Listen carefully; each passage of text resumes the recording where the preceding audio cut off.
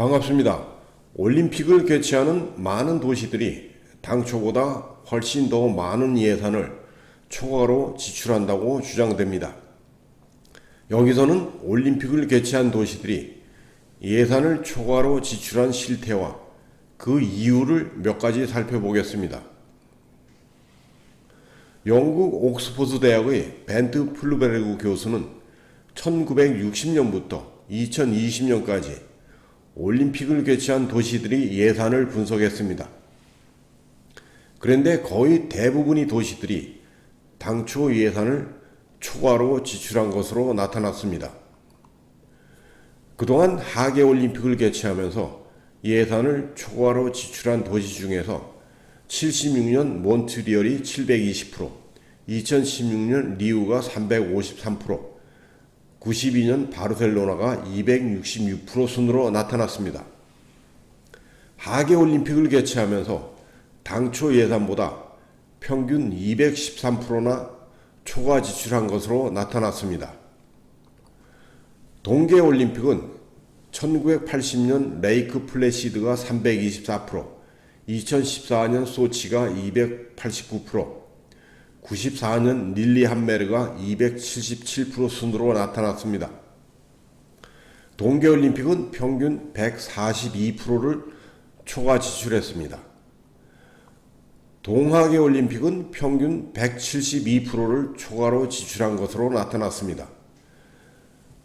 그런데 동하계올림픽을 개최하면서 초과로 지출한 예산 172%는 다른 대형 공공투자 사업보다 훨씬 더 높은 것으로 나타났습니다.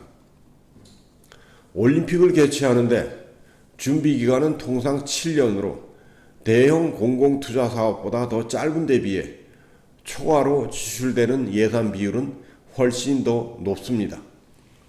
도로나 다리는 평균 공사기간이 8년이지만 초과로 지출된 예산은 34%에 불과했습니다. 철도는 7.8년에 45%, 댐은 8년 2개월에 90%로 나타났습니다. 표는 동하계올림픽과 대형 공공투자 사업의 공사기간과 초과로 지출한 예산입니다. 많은 도시들이 올림픽을 개최하면서 당초보다 훨씬 더 많은 예산을 불가피하게 초과로 지출해야 하는 이유를 몇 가지 말씀드리겠습니다.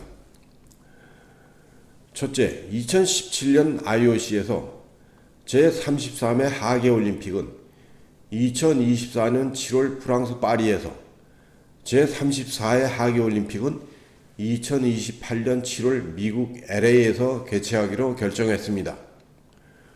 올림픽을 개최하려는 도시는 이 기간에 올림픽 경기대회에 필요한 경기장과 선수촌, 각종 기반 시설들을 완공해야 합니다. 올림픽은 개최 기간과 날짜가 정해져 있기 때문에 완공 시기를 마음대로 변경할 수 없습니다. 하지만 도로나 다리, 철도, 댐과 같은 초대형 공공사업은 예산이 부족하거나 경제 불황 등으로 완공 시기를 늦출 수도 있습니다. 그러나 올림픽 경기를 개최하기 위한 경기장과 선수촌, 각종 기반 시설들은 그럴 수 없습니다. 올림픽 개막일이 정해져 있기 때문에 야간이나 휴일에도 공사를 해서라도 완공해야 합니다. 이 과정에서 더 많은 예산이 불가피하게 들어가는 겁니다. 올림픽이 개최될 때까지 경기장과 각종 시설을 완공하지 못하면 경기를 제대로 치를 수 없기 때문입니다. 둘째, 올림픽을 개최하는 데 필요한 경기장과 각종 시설들은 국제 기준에 맞추어야 합니다.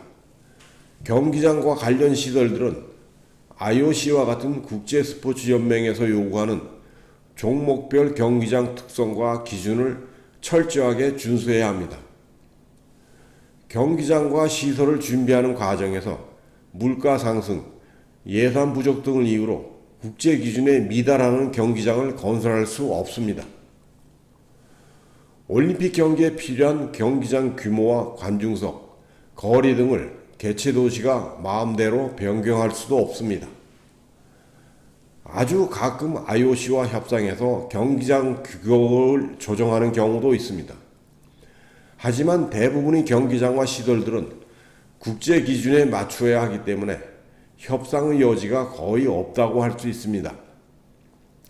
올림픽을 개최하는 도시는 IOC에서 요구하는 국제 기준을 철저하게 준수하는 과정에서 예산이 불가피하게 초과로 지출되기도 합니다.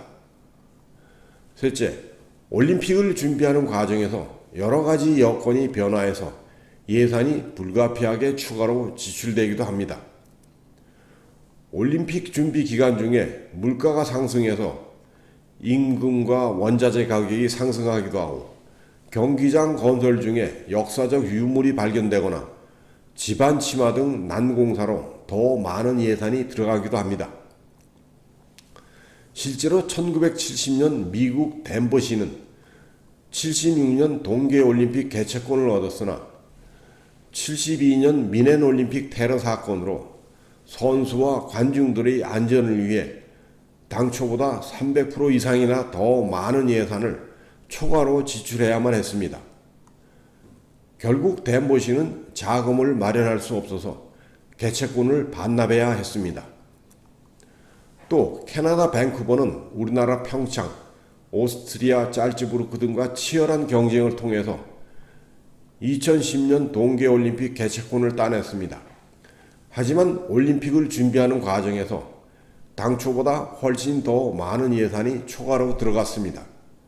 특히 날씨가 따뜻해지면서 눈이 모자라서 헬리콥터로 눈을 날라오고 인공 눈을 만드는 기계를 구입하고 드라이스 아이스로 슬로프를 만들기도 했습니다. 이 과정에서 엄청난 예산이 초과로 지출됐습니다. 넷째, 백지수표 신드롬입니다. 통상 올림픽은 개최하는 도시가 주체가 돼서 경기장과 각종 시설을 건설하는 데 들어가는 모든 예산은 해당 도시에서 스스로 해결해야 합니다.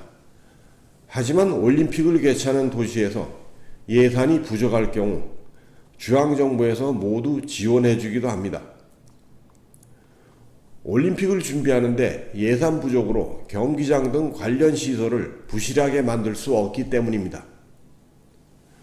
올림픽을 개최하는데 준비를 부실하게 할 경우 국가 이미지를 실추시키고 국제적으로 비웃음거리가 될 수 있기 때문입니다.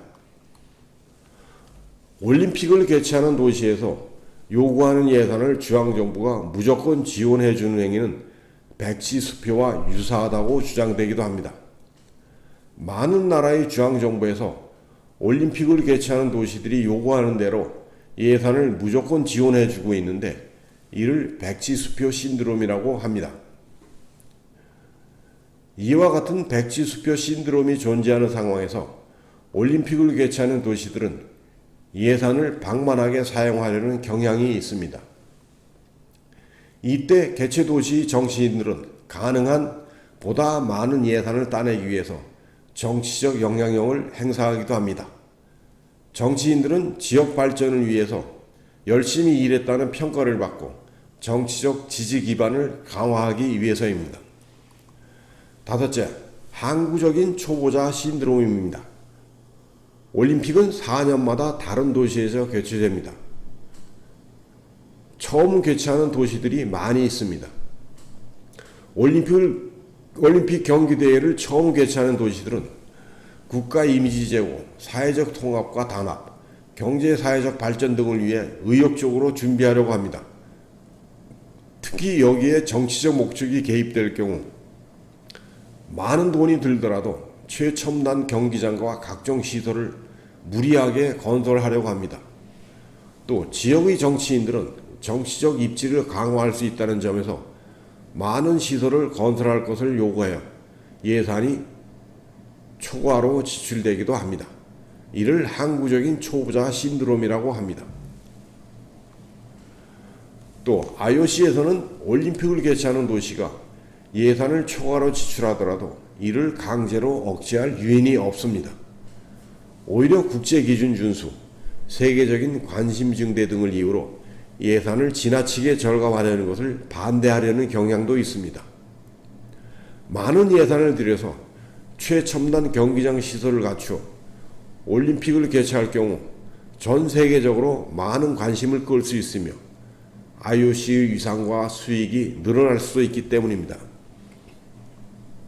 하지만 IOC는 올림픽을 개최하는 도시가 예산을 초과로 지출하는 데 대해서 아무런 책임을 지지 않습니다. 이는 IOC에서 올림픽을 개최하는 도시가 예산을 초과로 지출하도록 조장하는 것과 다를 바 없습니다. 이러한 이유로 많은 도시들이 올림픽을 준비하면서 예산이 초과로 지출되는 것은 불가피하다고 주장하기도 합니다. 하지만 올림픽을 준비하면서 지나치게 큰 경기장, 일회용 도로나 다리 등은 활용 방안 등을 충분히 고려하고 예산은 가능하면 절감하는 것이 더 효율적이고 바람직합니다. 지금까지 올림픽 예산이 초과로 지출된 사례와 그 이유를 몇 가지 살펴보았습니다. 고맙습니다.